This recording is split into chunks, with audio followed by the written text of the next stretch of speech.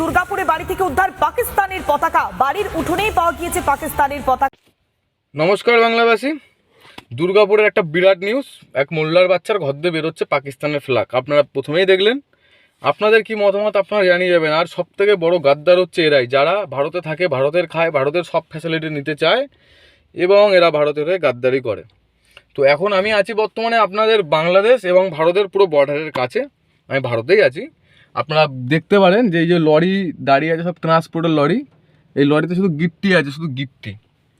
বাংলাদেশে শুধু গিট্টি যাচ্ছে এবং গিট্টির সাথে সাথে যেমন একটা লরি ঢুকছে ওখান থেকে শুকনো লঙ্কা নিয়ে, জিরে, আলু, পেঁয়াজ, এই নানান জাতীয় জিনিস এরকম বাংলাদেশে ইনপুট হচ্ছে। তো আমি এখানে আসার মেন উদ্দেশ্য আমাদের কিছু সদস্যর সাথে এখানে দেখা করার কথা ছিল, এর জন্য এখানে এসেছি। তো যাই হোক, আমি এটুকুই বলতে চাই আপনাদেরকে যে যদি আপনাদের মনে হয় যে না আমাদের হিন্দুত্ব একতা থাকা দরকার এবং আমাদের বাংলার ঐতিহ্য ধরে রাখা দরকার, কারণ আমার মতে এটা বলে আমার যতটা মনে হয় যে আমাদের একতা হওয়া দরকার, খুবই দরকার। কারণ এটা বেসিক নলেজ আমি আপনাদের দিই যে আমরা একতা কেন হব। একতা হওয়ার মেন কারণ কি হতে পারে, মানে এমন কি কারণ হতে পারে যাতে আমরা একতা হবো। ধরুন এই একটা দেশলাই কাঠি, এই দেশলাই কাঠিটা আমি এই সামান্য এরকমভাবে নিয়ে এই চাপ মারলাম, ভেঙে গেল। এই দেখুন কত সহজে ভেঙে গেল, কত সহজে। এইবার এই কাঠিটা আমি সাইডে রাখলাম।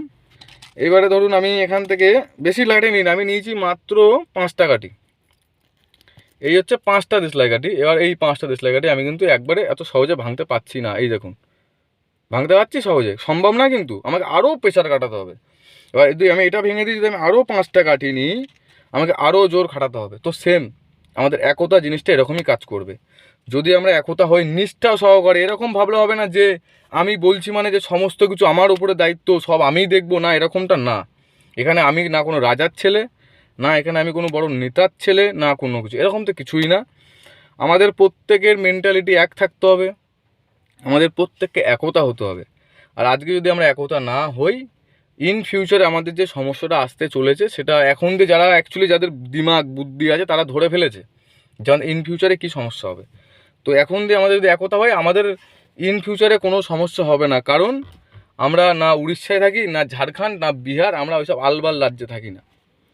আলবাল বুঝতে হবে, আমরা থাকি ভারতবর্ষের এমন একটি রাজ্যে, যে রাজ্যের এমন ক্ষমতা আছে যে পুরো দেশ চালাতে পারে।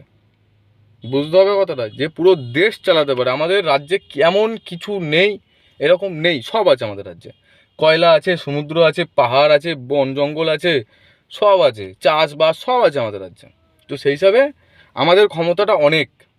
শুধু আমাদের বাঙালিকে বুঝাতে দিচ্ছে না, বুঝাতে চাইছে না, বাঙালি বুঝতে চাইছেও না যে অ্যাকচুয়ালি আমরা কারা, আমাদের ভারতে কতটা পাওয়ার কাজ করে। কারণ এই ভারতবর্ষের আজাদির নাড়া এই বাংলা থেকেই উঠেছিল, এরা বুঝতে হবে।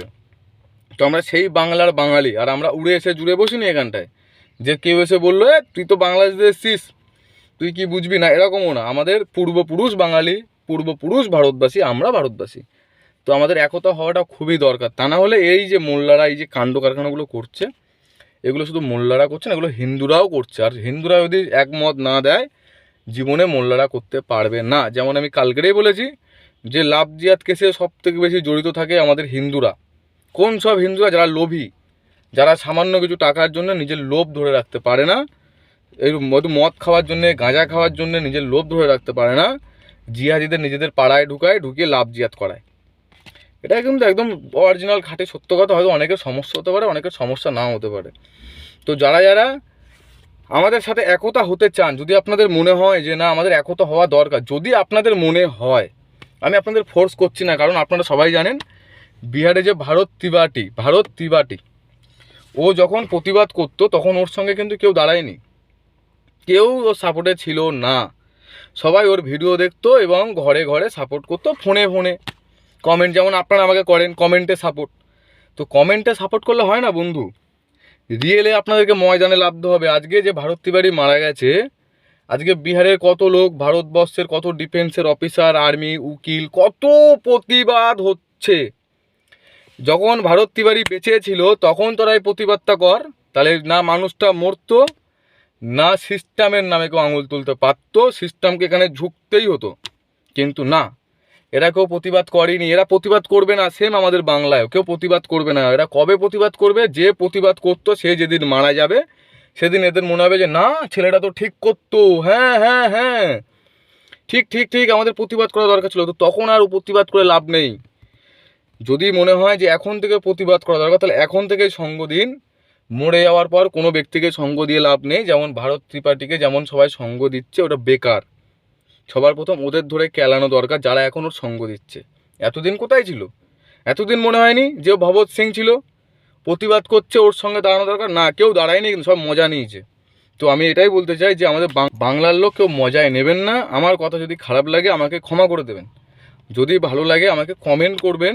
আর আমার নিচের ভিডিও আছে, যেসব ভিডিওতে আমি আমার হোয়াটসঅ্যাপ নাম্বার দিয়ে রেখেছি, আপনারা গ্রুপে আমাকে হোয়াটসঅ্যাপে SMS করবেন, জয়েনিং পাঠাবেন না QR কোডে, আমাকে SMS পাঠাবেন, আমি আপনাদের গ্রুপে জয়েন করিয়ে নেব। আর আমাদের এটা কোনো রাজনৈতিক দল না, এটা অরাজনৈতিক দল। আর এখানে মেন বিষয় হচ্ছে, এখানে এরকমটাও না যে আমি দল বানাচ্ছি বা আমাদের দল আছে বলে আমি সম্পূর্ণ আমরা খরচা করব, আমরা সব করব, না। আমি প্রথমেই বলেছি এটা আমাদের আমাদের আমার একার না। যদি আমাদের হয় তাহলে আমাদের প্রত্যেকের দায়িত্ব এটাই যে আমাদের ঘর কি করে আমরা ঠিক করব, আমাদের মানুষজনকে কি করে আমরা ভালো রাখবো, এটা আমাদের যেহেতু। তো যারা যারা নিজের মনে করে এগিয়ে আসতে পারবেন তারা আমাকে কমেন্ট করবেন এবং গ্রুপে জয়েন্ট হওয়ার চেষ্টা করবেন। আর যারা যারা ভাববেন যে আমাদের না, আমার কি, মানে আমার কি, আমি খাটবো খাবো এইসব ফালতু ঝামেলা আমি কেন পড়তে যাব, তো আমি তাকে এটা বলতে চাই, সে ভালো থাকুন, আপনি সুস্থ থাকুন, আপনার ফ্যামিলি নিয়ে আপনি খুব ভালো থাকুন। এরকম বলবো না যে আপনি শরীর খারাপ হোক, আপনার এই হোক, না, আপনার জীবনে যেন কোনো বিপদ না আসে। কারণ যেদিন আপনার জীবনে বিপদ আসবে সেদিন আপনি বুঝতে পারবেন যে একতা থাকা আর একা থাকার মধ্যে পার্থক্য কী। যদি আমি কিছু ভুল বলে থাকি আমাকে ক্ষমা করবেন, আর যদি আমি ঠিক বলে থাকি ভিডিওটা এমন শেয়ার করবেন আমাদের বাংলায় যেন প্রতিটা ব্যক্তি, প্রতিটা বাঙালি, প্রতিটা হিন্দুর কাছে যেন এই ভিডিওটা পৌঁছায়, প্রত্যেকে যেন প্রত্যেকের মতামত জানাতে পারে। আর আমি জানি আমাদের বাঙালিরা এইসব দিকে কদর দেয় না। যদি বাঙালি কদর দিত আমরা 15 বছর গোলামি করতাম না, আমরা এখনও যে পরিস্থিতির মধ্যে আছি সে পরিস্থিতি আমাদের মধ্যে থাকতো না, হয়তো আমরা আরও ভালো জায়গায় থাকতাম। ধন্যবাদ। ভিডিওটা অনেক বড় হয়ে গেল, কিছু বলার নেই আমার, আপনাদের মতামত জানিয়ে যাবেন। ধন্যবাদ।